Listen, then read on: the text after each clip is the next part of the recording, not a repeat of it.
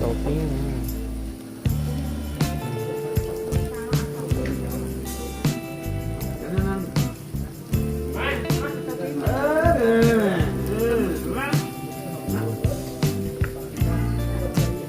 anh được đâu chị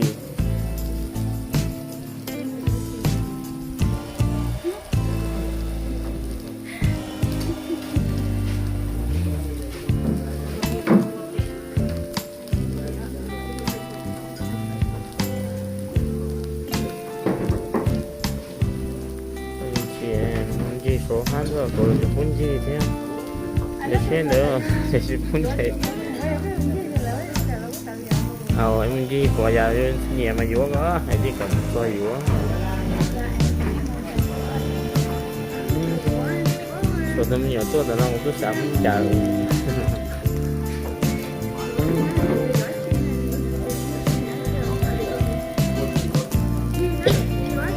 cha của đen chia nhẹ cho mày vúa mà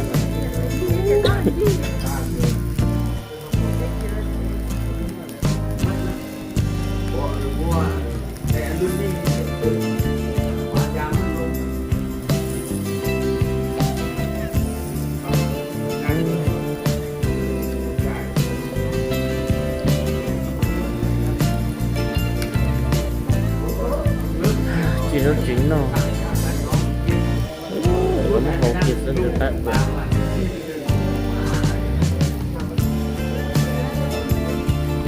nói để xong của bên là chúng nó nó lên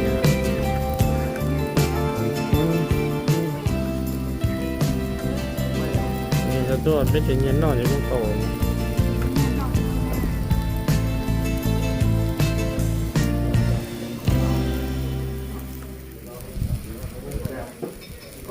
tàu mà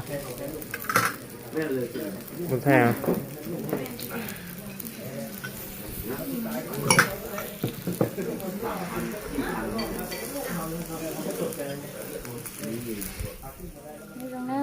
nó gì đi ra xong xin ra nha mà bữa bị tốt nữa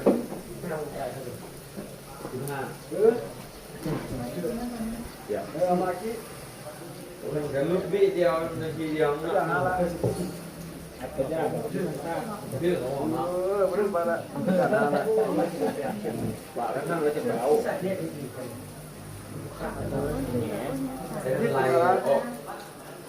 ถ้ามันมาส่งแล้วมันมาส่งนี่จะมีเบอร์เด้งมันได้อยู่นะถ้ามันมาส่งอย่างนั้นหรออยู่ห้าเลยห้าใหม่ห้าปั๊มใหม่ใส่หางห้าก็จะบอกหน้ามันได้กี่ใบแล้ว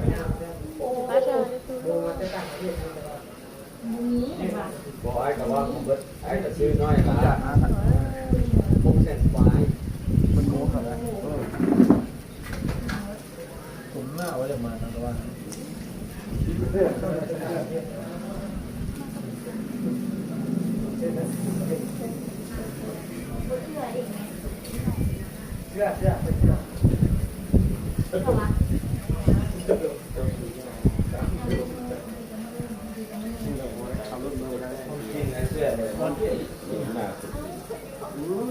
ะเช่าบางครั้งก็ได้30,000นะจ๊ะเนาะแล้ว30ก็จะกินเนาะ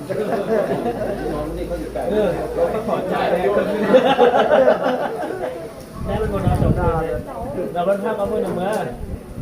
เยี่ยมมันนอนเลยตายเลยเขาเพื่อนที่ข้างก่อนเจ้าติข้ามกลางเลยขนาดข้างเลยมาหาอยู่ข้างเขาใหม่เขาต้องเอาเยี่ยมแล้วเอาเมียเยี่ยมมาพร้อมหันไปนะมันอยู่ข้างล่างรถจักรลิ้นซิกเลยรถจักรเรื่องมันยังอยู่ข้าง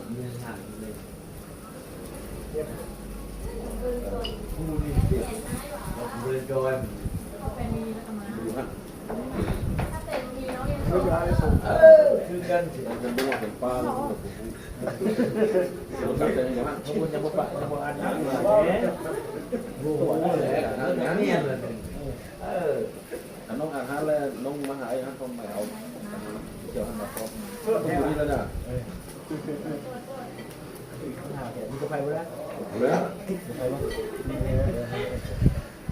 เฮ้ยก็ยังขึ้นว่าจะต้องบ่ได้ออกมาแล้วมันจะแล่นหน่อยอีกว่าแล่นเอา2ที่2นะสุกเด้อนั่งแกงให้สุกแบบนี้ทำอะไรแกไม่สุกเลยบ่สุกได้สุกเขาเนาะจะโกดอยู่เขาก็กรอบเดียวที่สุดโกดนี้เลยเขาก็สุกก่อนเลยแท้เลยเจ้าก็ไปสูบเกี่ยววายนะสูบยาวไปเมาเลยเมาไว้เลยหรือไม่ล่ะเป็นมาคน4-5 คนหนก3 หลังนั่งหนกคนหนกไม่อยู่มาถึงจะได้กินข้าวเกี๊ยวจองใครไม่ค่อยได้กินข้าวแล้วคนหมดยานแล้ววันนี้คอยดิกระสุนยาได้เล่นมั้งเมาแล้วมันกระสุนมันเกิดจะเมาได้สูบยาให้พวกเสียกินข้าวต้มสวยเอายาโซนึงไปเอาไปก๋วยเตี๋ยวนึงมันกินกัน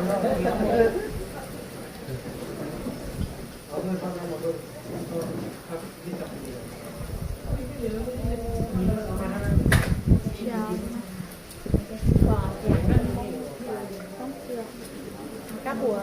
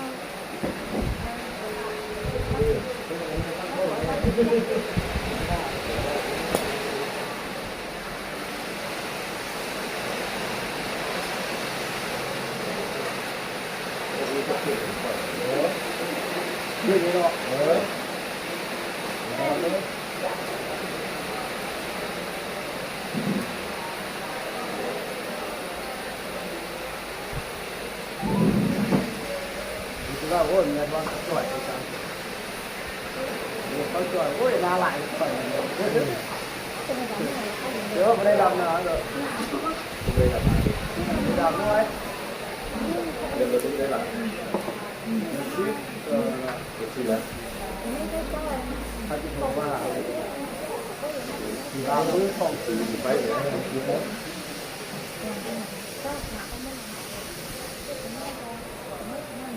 ี๋ยวไปเลยขายเนี่ยได้ไป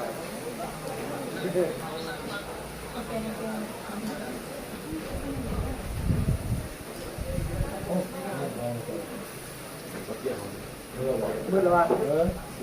เคเดี๋ยวได้ดูข้าวเนี่ย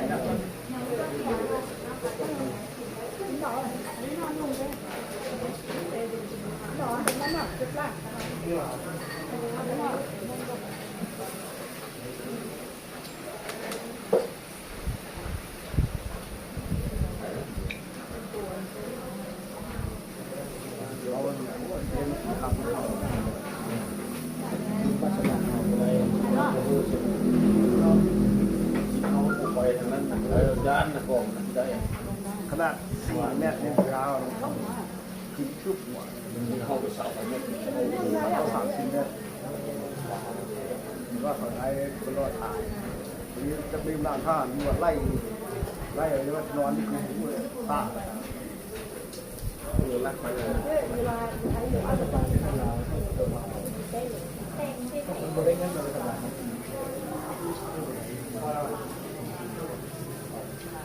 เยอะเลย มั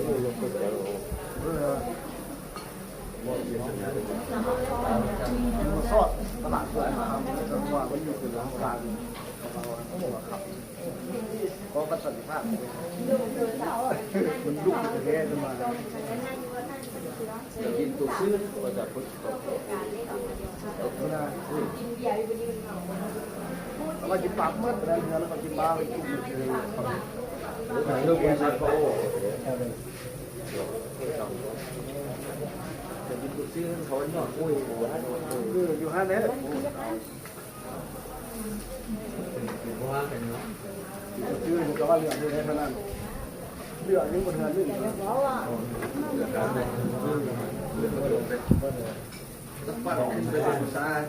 บอกมัน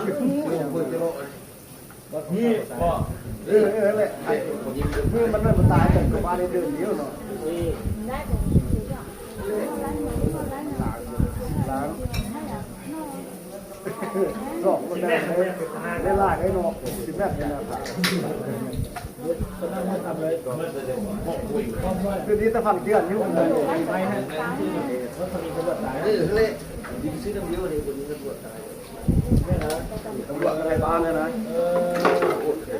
บ้านเนี่ยหลานชายเลยนะซื้อน้ำเดียวหรือว่าบ้านนี้คนเดียวใช่ไหมตายเดียวจะย้ายมันอยู่ฮัทเทียมมาสอดอะไรมึงไงนี่ว่าเขาเอากระถิ่นแน่เลยกับทีนี้ก็เขาซี่เขาอีกทีมุดซี่ว่าคุณพูดเลยว่าเพราะนั่นหลังไอ้ที่นี่เขาดูน้ำอะไรนี่เอาซี่เข้าจะเข้าได้ขาด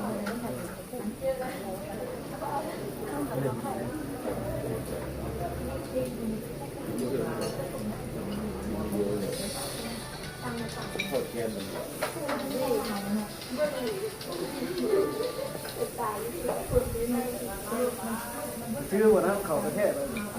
เขาจะบอกเลยประเทศ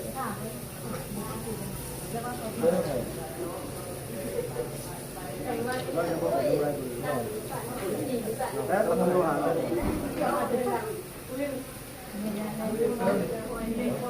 ที่คนได้ราคาผู้ขายได้ของดีนะเมื่อดีก็ได้คือเงินคนที่ข้าวนะคือคนที่มาที่มันเลี้ยงนะก็มีคือตัวนึงผมเป็นในตอนนี้ว่าแล้วซื้อคนอีกแล้วนั่น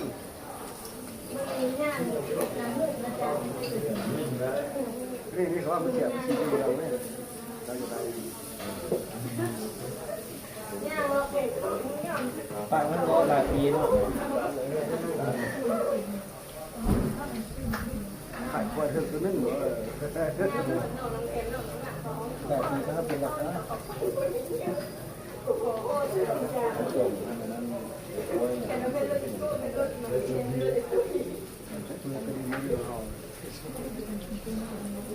นั่นแหละ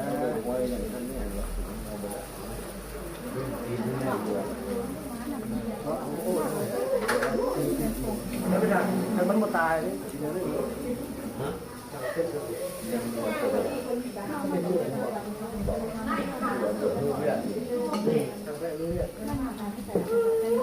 มันขายยินแค่800เลยที่เราค้ำนั่นเลยไม่ได้เหมือนหลอดไว้ค้ำ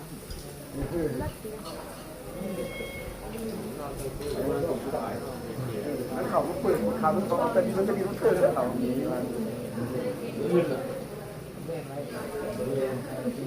มันเอาปืนแท้ดินปืนนี่นะปืนน้ำไตนี่นะพอมีชิ้นนั่นเป็นประจำในร้านนะ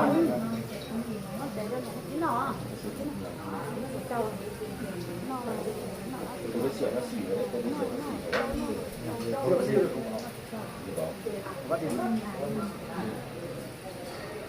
มันเพลงมาเพลงดูอย่างมันเขาลง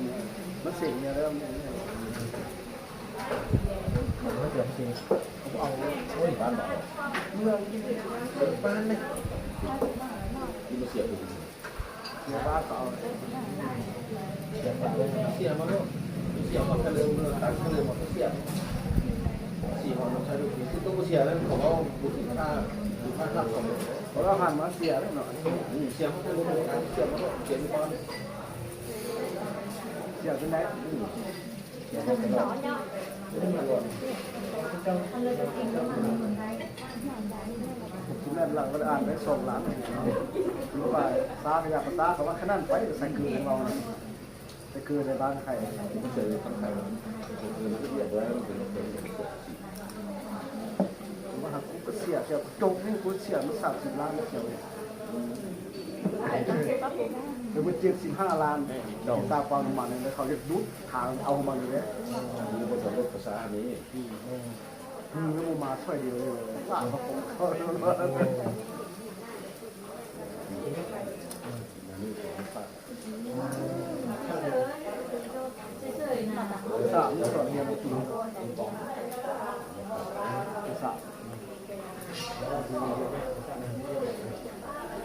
เป็นความไม่เห็นเลย พัฒนาที่ในไข่ บอกนั่นก็ได้เลย ตามไปบ้าน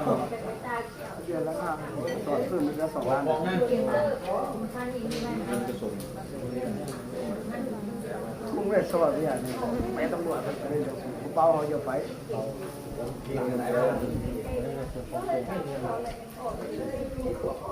แค่2เที่ยวเป้าไปเอาเงินโตไงเราไม่เอาคนนี้เนาะเป็นสัตว์แบงค์ได้ได้อยู่ บอกไอ้ผม แต่ว่านักศึกษาไม่ควร ต้องกวดกันหมดได้ ฉันว่าโตได้ครับโตแล้วอันนี้นะโตคนโตได้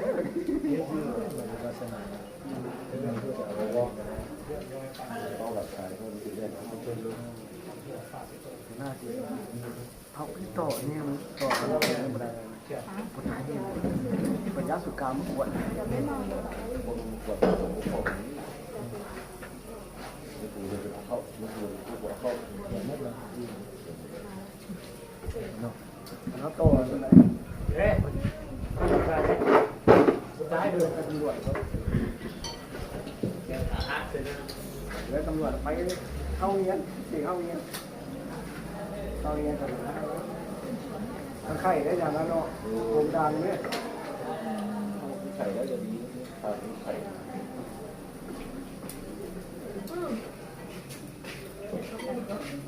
ทำกินกับตัวนี่เรียนนาเรียนกันเล่นเนี้ยจะแต่งเนี้ย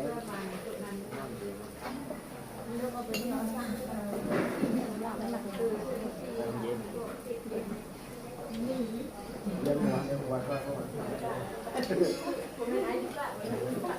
นี่เมียมันเป็นเมียมันส่งครับแต่ว่าเมียมันทั้งหมดที่ลึกถ้าการต่อการหลงเลยบุกที่ลึกเป็นบุกที่ลึกมันก็ขาด ถาม ถึงจะมันก็ขาดตัวเลยมันก็เกลียดแต่ก็ตัว เดี๋ยวมีไว้เนี่ย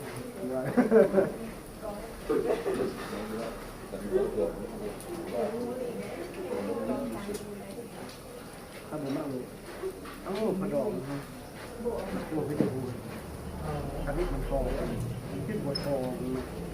ฉีดไปแล้ว แล้วตัวมันมาในบ้านเราเข้ามาแล้วก็ยังมีกันเมืองอีก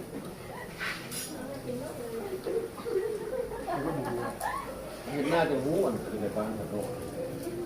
บอกซื้อแค่มันกี่ร้อยบาท อันนี้จะพูดเลย แล้วมันกันเนี่ย เรา พ่อมันแต่มันฉีดเลย แต่บ้านคลองแต่บ้านแวน มันแบน เอง แล้วก็หู เห็นหน้าโฮหรอแต่ว่าว่าเสื้อกับโฮก็เป็นบาทเลยป่ะ คิดบทฟอง เห็นหน้าแล้วคือ กูโดนข้าวประธานนั่นหรอกต้องว่าว่า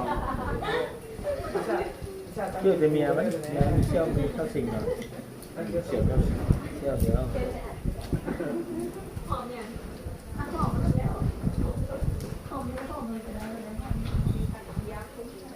ไม่โดนมันฉีดเลยเนาะ เมื่อเรา ไม่หรอกเข้าเดียวลง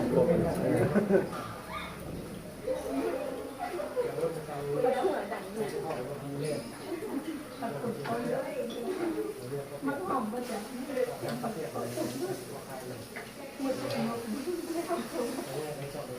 ข้ามไปเลยงานนี้เลยหนุ่มประถามมันอยู่สวดมันเลือกข้าม คุณเองนี่ไม่ชอบมองรถข้ามรถเลยอะไรเอากินก็เลย มันอุ่นท่านเมาเอาไปได้ครับเป็นส่วนเดียวกับแกะเลย เลือกเตียงนี่นะ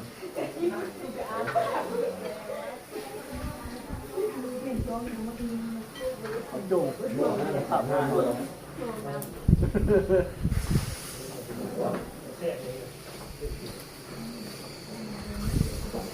แต่ว่าเอฟเป็นนะยังอยู่เลยแต่ว่าไม่เป็นนะก็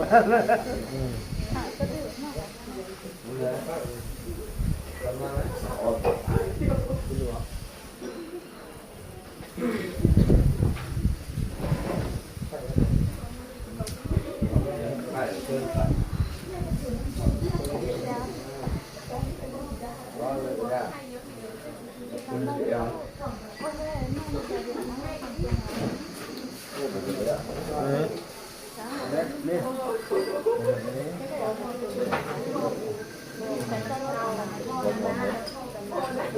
เข้าในดูดตรงนี้แล้วหายไปแล้วนาย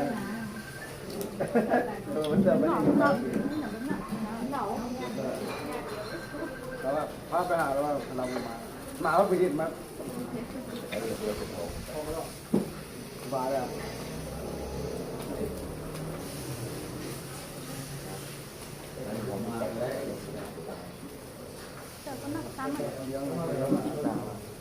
ไป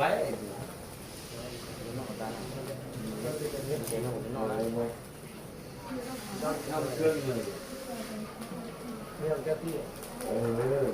ให้ต้องไปทำการแล้วมีงาน เราให้ดู เราดูกันอะ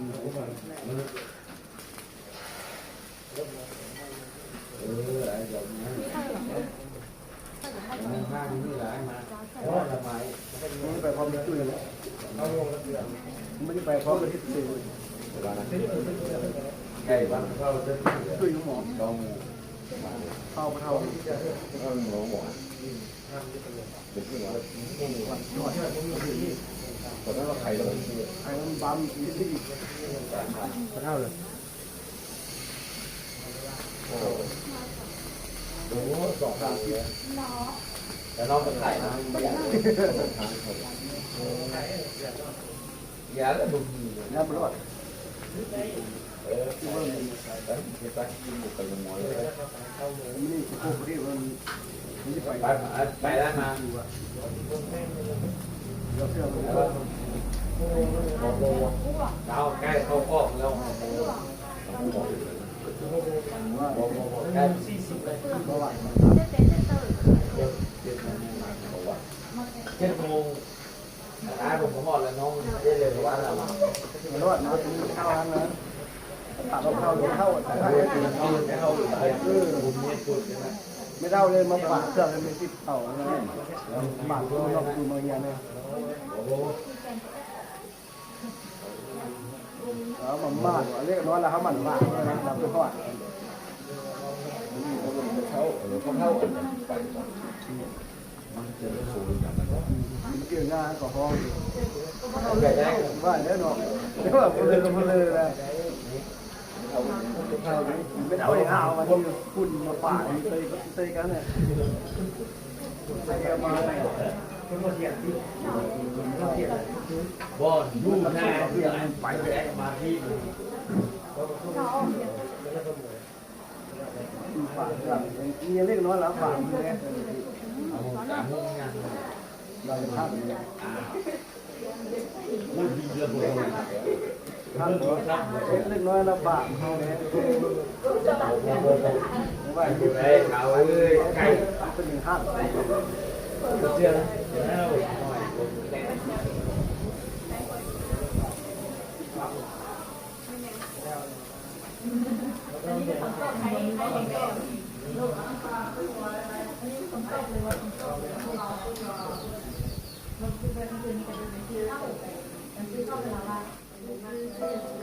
น้ำชาเนี่ย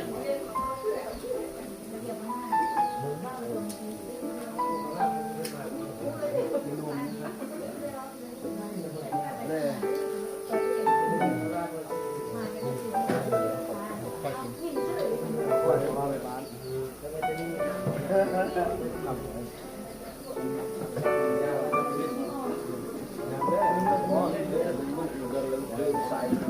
็ลูกมาตั้งแต่5 โมงเนี่ยง่าย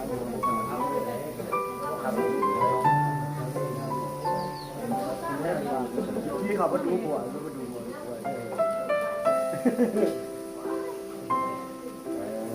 บอกไอ้เมืองน้องนั่งนึงอ่ะโอเค เป่าที่หน้าเป่ารอช้าง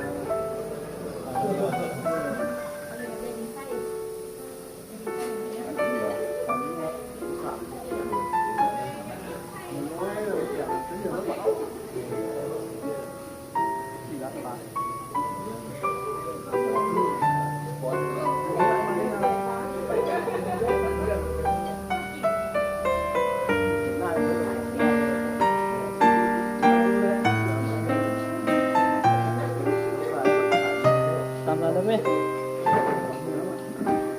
สั่งแล้วบอกน้องแล้วตัวเ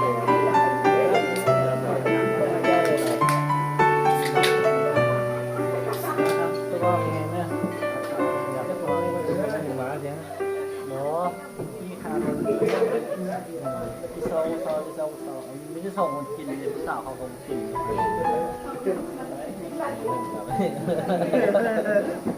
พวกเมียนั่นทำไม่สวยก่อนก็2-3 มื้อไปตลอดโอ้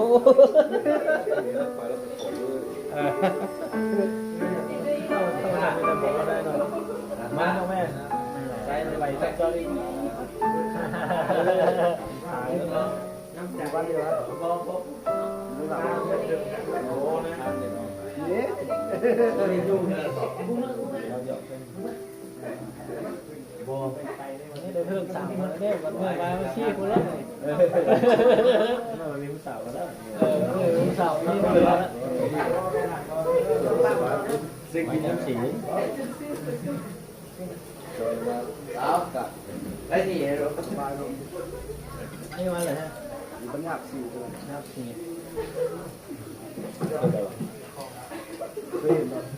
เลยไปซื้อ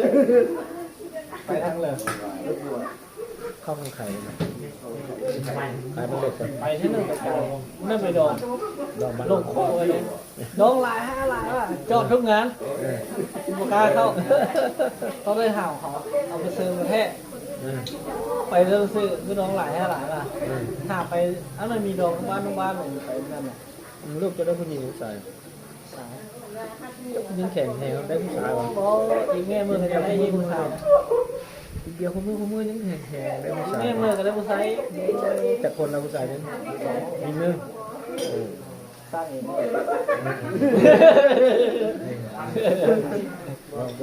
ขั้นยิงขั้นทรายเลยนะนี่แหละพี่เมื่อเกิดอีกแล้ว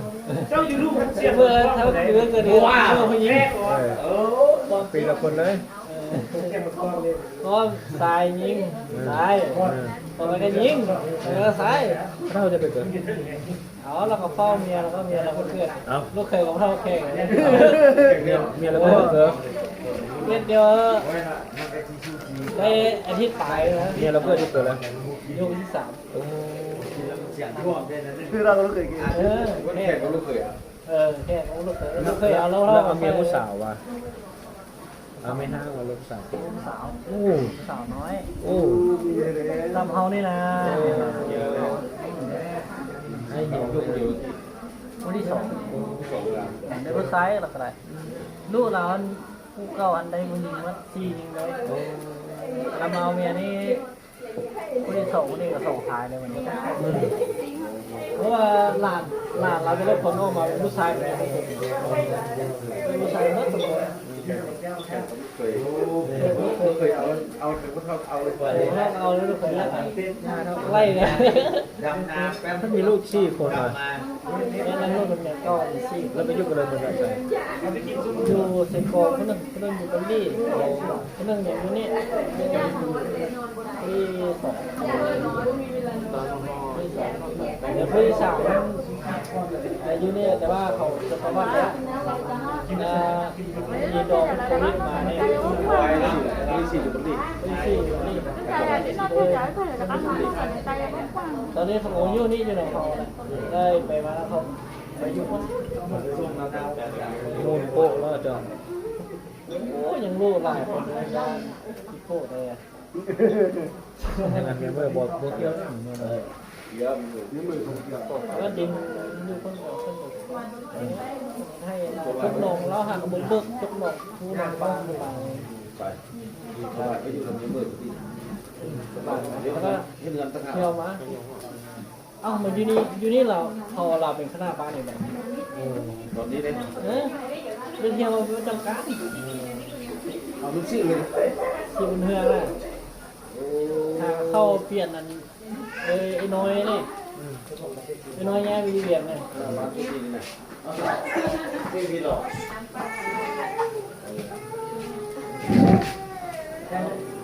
ไม่อยากไปเห็นอย่างเราซ้ำด้วยเลยทรงผมทางท้ายเนาะตัดเองข้างหลังกันน่ะเอาไปไกลไปรีบอยู่ไหนกัน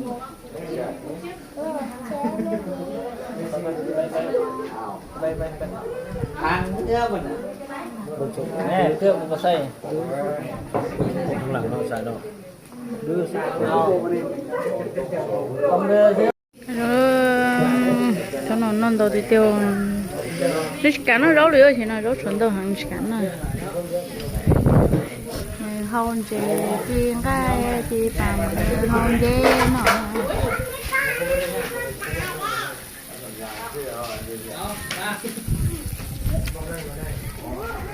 chẳng có giọt con chưa toàn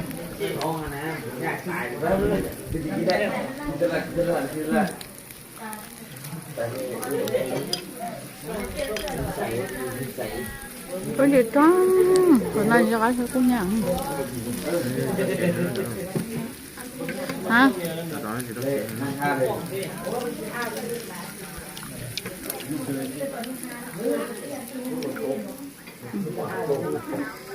để nó sẽ sợ tao nó tao đi có bao nhiêu nhá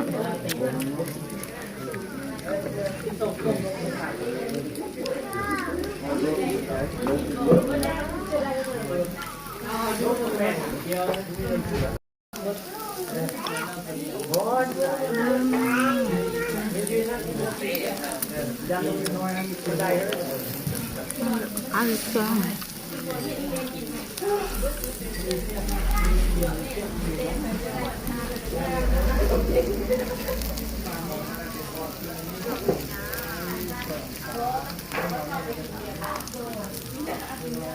không trống coi nó hả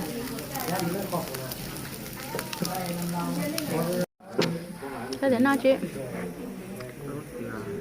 hả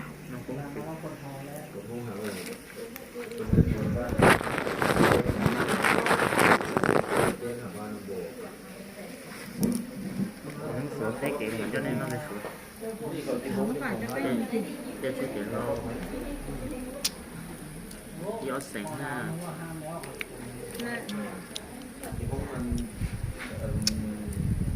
bây giờ sáng cho tới khi mà sẽ chạy luôn đợt thôi trả raอยู่เขาแช่sẽ chạy luôn một giờ ổn để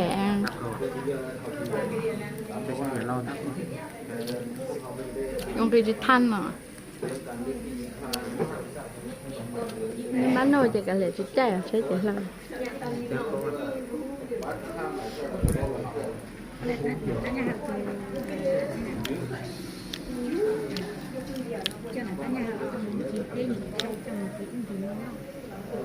chúng nó sure hả?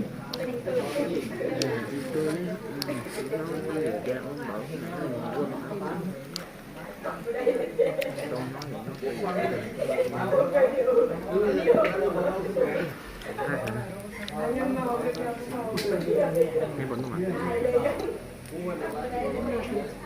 Nghe bẩn không? Ôi chà, sao nó hình đồ ăn rồi? Nó ta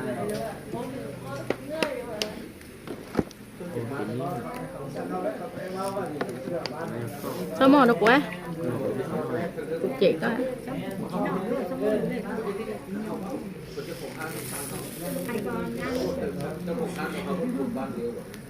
nó đi còn hơn nó thật á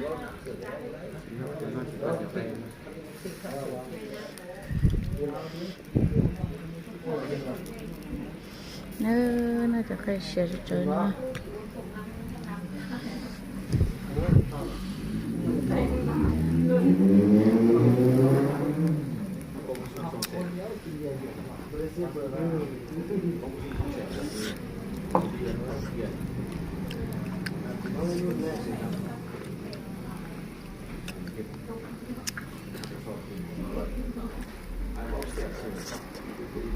ao trong Hãy subscribe cho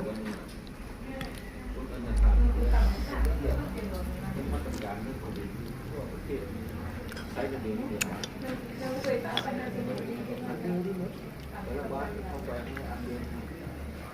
video hấp dẫn